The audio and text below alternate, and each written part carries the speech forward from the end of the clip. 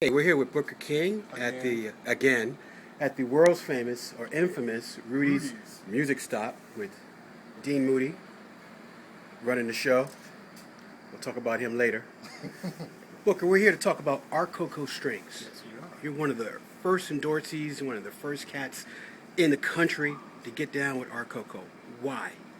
Well, it's because of consistency. They sound sweet from beginning to end, and I mean they last a long time. And I'm one of them guys that used to change strings every 2 days.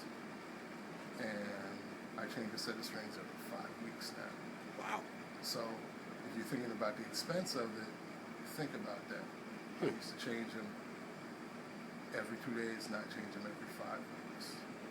So they sound pretty much the same all the way through. They're like, when a saxophone player gets a good reed and he holds on to it until it basically falls apart in his mouth. These strings I kind of do that with, and except that with reeds, guys get 18 reeds to get 2 reeds that put it in a whole box. Every one of these is good. Every set is good. So that's what I like. The gauges are, they're true. They're exactly what they say they are. There's other things that,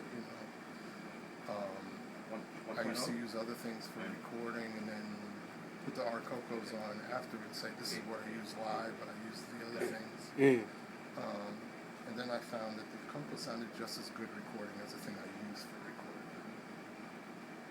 So,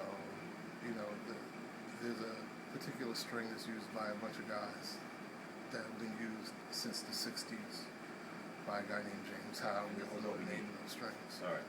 And I always consider them the best to record with, and these sound just as good as those recording ones. There you go. I got A-B situations for every one of them. All right. So if you need sound, I got that too. Perfect. Okay? Thank you very much, Mr. King. You're welcome. All right. And thank you, Mr. Moody. You got it. My pleasure.